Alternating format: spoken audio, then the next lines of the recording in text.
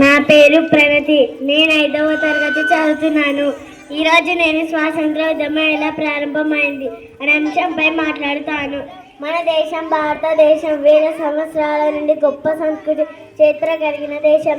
అయితే 18వ శతాబ్దం చివరిలో బ్రిటిష్ ఈస్ట్ ఇండియా కంపెనీ మన దేశంపై ఆధిపత్యాన్ని నెలకొల్పింది. ధీరంగా పోరాడినప్పటికీ మన రాజులు పౌరులు బ్రిటిష్ అధికారాన్ని అడ్డుకోలేకపోయారు. 1857 సంవత్సరం ఇది భారతదేశ చరిత్రలో మొదటి స్వాతంత్ర సమరంగా గుర్తించబడింది. ఈ ఉద్యమానికి ప్రధానంగా సిపాయిల తిరుగుబాటు కారణం. మంగళ పాండే అనే ఈ వీర సైనికుడి ఉద్యమానికి శ్రీకారం చుట్టాడు. ఈ తర్వాత దేశవ్యాప్తంగా స్వాతంత్ర పార్టీ, నాన్కో ఆపరేషన్ సత్యాగ్రహం వంటి ఉద్యమాలు చేశారు.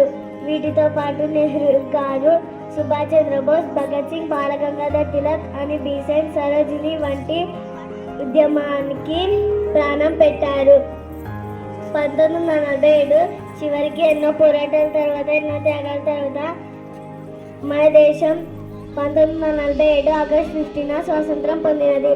మనకు ఈ స్వాతంత్రం ఉచితంగా రాలేదు. అందుకే మన జాతీయ నాయకుల త్యాగాన్ని గుర్తు పెట్టుకోవాలి. అది మన బాధ్యత. అభివృద్ధి చెందిన దేశంగా మార్చుకోవడమే. జై హింద్, జై భారత్. ధన్యవాదాలు.